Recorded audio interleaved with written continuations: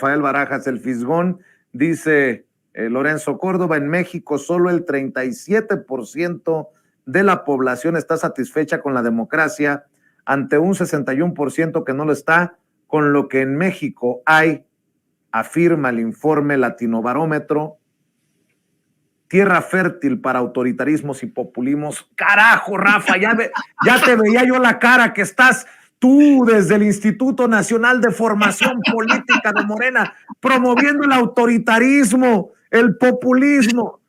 Por favor, muchachos, pues me hubieran avisado esto del fisgón y qué bárbaro. Mi querido Rafa, perdón por el chistorete. Lo que dice Jairo del color rosa tiene mucho fondo, porque fíjate, lo que han hecho estos señores en los últimos años es ya no dar golpes de Estado, sino que dan golpes blandos, y lo han llamado el ciclo de las revoluciones de colores. Las revoluciones de colores son todas revoluciones a favor de Washington, o movimientos y procesos que sean a favor de Washington. Y a nosotros nos tocó el color rosa, ¿no? Que es el color Barbie, que ahorita se pone de moda, en fin. Es decir, entonces, ¿qué son estas revoluciones de colores? Son efectivamente es parte de un discurso que se está peleando el sentido común de la gente, y básicamente lo que se plantean estas revoluciones de colores es que hay dos rutas en el planeta.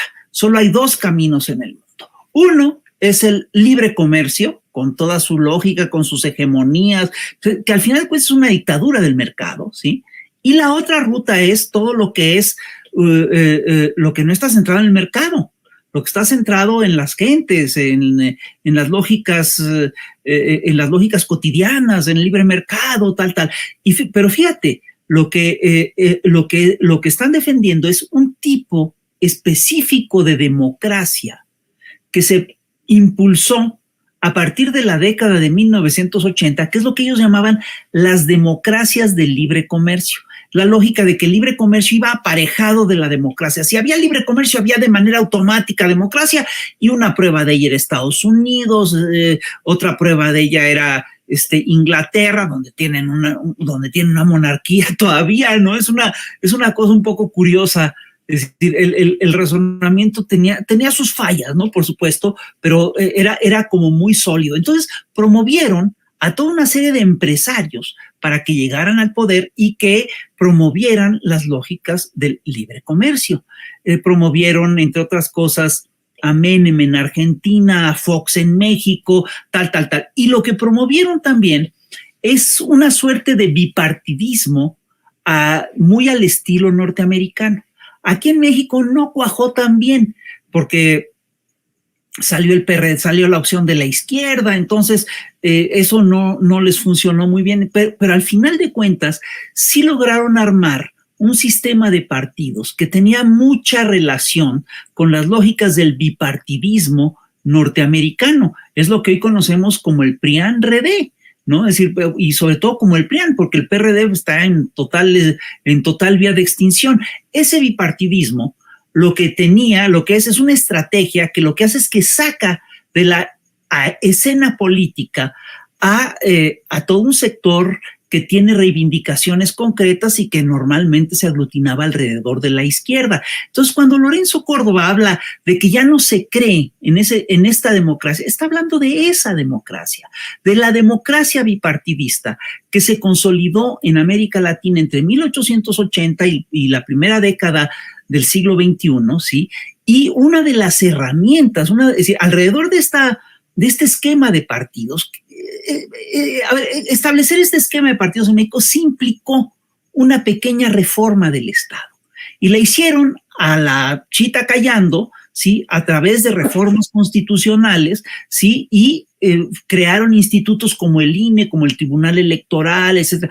Pero ese INE, ese Tribunal Electoral, defienden esa forma de democracia. Defienden que aquí en México se traduce básicamente en el PRIAN. Están defendiendo al PRIAN. Pero la democracia no es eso. La democracia no es el bipartidismo. La democracia, sí, no puede ser una democracia de libre comercio. Los propios impulsores del rollo neoliberal, del proyecto neoliberal, te dicen que hay que alejar a la gente de las decisiones. Y mira, la democracia es el poder del pueblo, es demos y kratos, es el poder del pueblo. Pero lo que hacen los neoliberales es dejarle todo el poder a las oligarquías. Entonces, esta democracia que está entrando en crisis era una falsa democracia. Era la democracia que defendía a Lorenzo Córdoba, y entiendo su escándalo, entiendo su agitación. Se le está cayendo a Lorenzo Córdoba y a José Woldenberg y a Ciro Murayama y a Luis Carlos Ugalde, se les está cayendo el proyecto de vida, que además ellos pensaban que iba a ser su legado, y que ellos piensan que es que es la única forma de democracia concebible. Es decir, ahí ellos están entrando en crisis. Perdón, democracia es el respeto al voto popular. Democracia es que se respete el resultado electoral. Democracia es que la gente pueda participar activamente. Y hay formas de democracia que se están poniendo en práctica en este sexenio que estos señores buscaron bloquear porque permitían la participación masiva de la ciudadanía. Las consultas, todo ese tipo de acciones democráticas, ¿sí? A ellos se les parecen inaceptables e inconcebibles, y por supuesto que que es una crisis del proyecto de nación, del proyecto de Estado que ellos construyeron. Esa falsa democracia, lo que está en crisis no es la democracia en sí. Hasta donde yo recuerdo, no hay una sola acusación sólida de que este gobierno haya hecho fraudes electorales en las últimas elecciones. Antes, al contrario, existen pruebas muy sólidas de que el PRI hizo un fraude electoral muy importante en las elecciones del Edomex y que no le alcanzó. Y las pruebas son muy claras. Está, por ejemplo, la denuncia contra Alejandra del Moral, que es algo que no debemos de soltar, ¿sí? Que Alejandra del Moral desvió 5,000 millones de pesos para la compra del voto. Y es un hecho que en la jornada electoral del Edomex hubo cantidad de denuncias de compra de voto. Y es claro, además, que que han de haber comprado entre el 5 y el 8%, yo calculo, porque las encuestas te decían que Delfín iba a ganar entre el 15 y el 20% y acabó ganando con el 8,5%. Deben de haber comprado muchísimos votos. Ahí sí hubo fraude electoral. ¿Por qué Lorenzo Córdoba no está denunciando esos procesos? En cambio, y fíjate, a pesar del fraude electoral, ganó Delfina. Pero eso claramente es un proceso democrático. Es decir, gana porque sí hubo un proceso democrático mucho más profundo que rebasó todas esas cosas. Hay que hacer un análisis muy serio acerca sobre el comportamiento que tuvo el INE en la era neoliberal, ¿sí? Y acerca de cómo ese instituto que nace para defender el voto de la gente, ¿sí? Termina siendo un aparato de validación de fraudes electorales. Eso sí es antidemocrático. ¿Cómo no va a tener desconfianza la gente, en una democracia que era representada por Bolsonaro en Brasil, por el PRI y el PAN en México, ¿sí? Por Lorenzo Córdoba en el INE? Eso es lo que está en crisis.